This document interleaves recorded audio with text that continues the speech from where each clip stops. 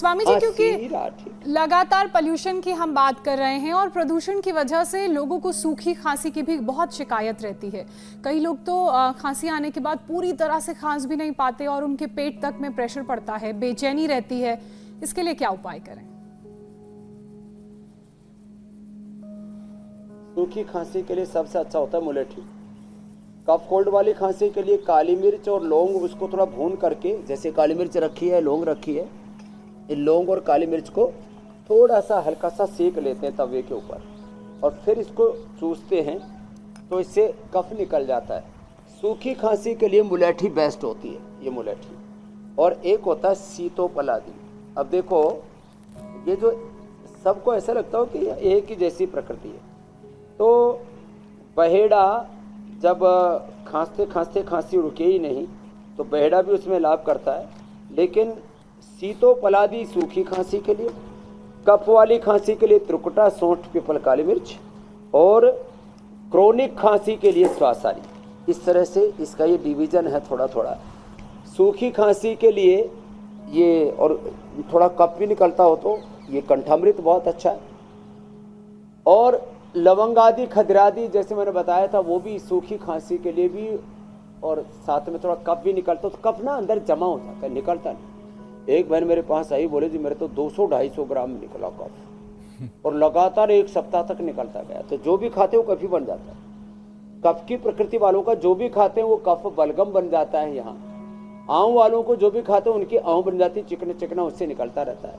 मोटापा वालों को जो खाते हैं उससे फैट सेल ही अंदर तैयार होते रहते हैं। जिनका कोलेस्ट्रॉल बढ़ा हुआ उनको फिर जो है वो फिर कोलेस्ट्रॉल बढ़ता चला जाता है। तो जब शरीर की प्रकृति में विकृति आ जाती है, अब जैसे मैं यदि 1 लीटर भी गन्ने का जूस पी लेता हूँ तो मेरी तो शुगर नहीं बढ़ती। जिनका पेनक्रियाज कमज़ोर है, जिनके बॉडी के रिसेप्टर्स कमज़ोर है, जिनका स्ट्रेस लेवल बढ़ा हुआ है, वो जरा सा भी कुछ 1 चम्मच भी चीनी, शहद कुछ भी ले लेते हैं तो एकदम से शुगर शूट कर जाती है। जरा सा नमक खाया तो एकदम से बीपी शूट कर जाता है। इसलिए सबसे बेस्ट है योग करो, वात पित्त कफ त्रिदोषों को बैलेंस रखो, अपने बॉडी के एनर्जी को बैलेंस रखो, तो फिर न वात बढ़ेगा, न पित्त, न कफ, न बीपी, न शुगर, न थायराइड, न अस्थमा, न अर्थराइटिस, कुछ नहीं बढ़ेगा, न वेट बढ़ेगा। और हाँ, जीवन में स्वास्थ्य बढ़ेगा, सुख बढ़ेगा, शांति बढ़ेगी, समृद्धि बढ़ेगी, आनंद बढ़ेगा। ये होगा योग से। इसलिए योग तो सबको करना अनिवार्य है। इसमें ज्यादा न कर पाए ना तो खाली प्राणायाम ही करने। प्राणायाम का सीधा असर फेफड़े पर पड़ता है। प्राणायाम की ओर हम बढ़ते हैं, वो खाली प्राणायाम ही करना। लेकिन साथ में एक, क्योंकि लंग्स की बात हो ही रही है तो एक रिपोर्ट का जिक्र भी कर लेते हैं, जिसके मुताबिक कोरोना से जो लोग संक्रमित हुए थे उनमें भी से ज्यादातर लोग जो हैं आज भी लंग्स के फाइब्रोसिस की परेशानी से जूझ रहे हैं। तो लंग्स फाइब्रोसिस से बचने के लिए क्या सावधानी बरतनी चाहिए, और जिनको लंग्स फाइब्रोसिस हो गया है अब उसको कैसे ठीक करें?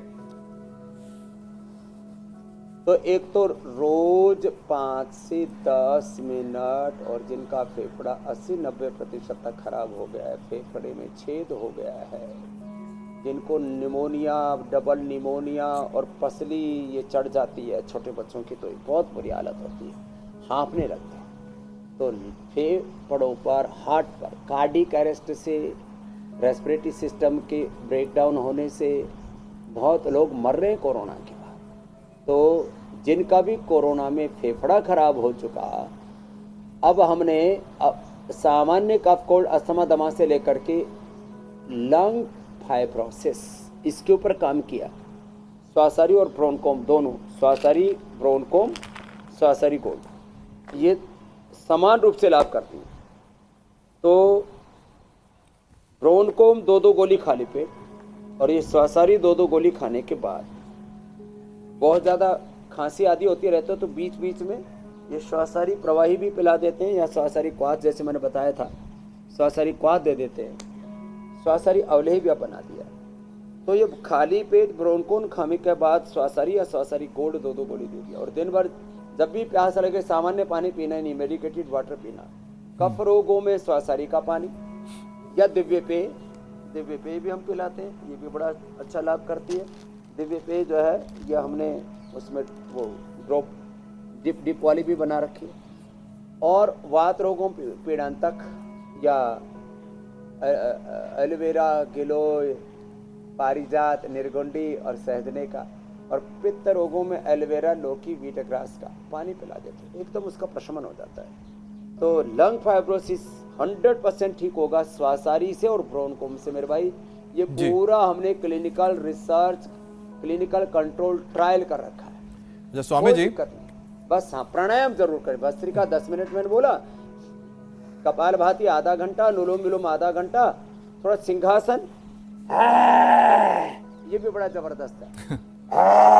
ये सिंहासन और ये उज्जाई, स्नोरिंग स्लीप एपनिया भी से ठीक हो जाता है। नहीं तो रात को सोते सोते लोगों का सांस रुक जाता है, दम घुटने से कई बार तो लोग मर जाते हैं। इंडिया टीवी हर वक्त हर जगह डाउनलोड करने के लिए सर्च करें India TV news Google play store या ऐप स्टोर पर।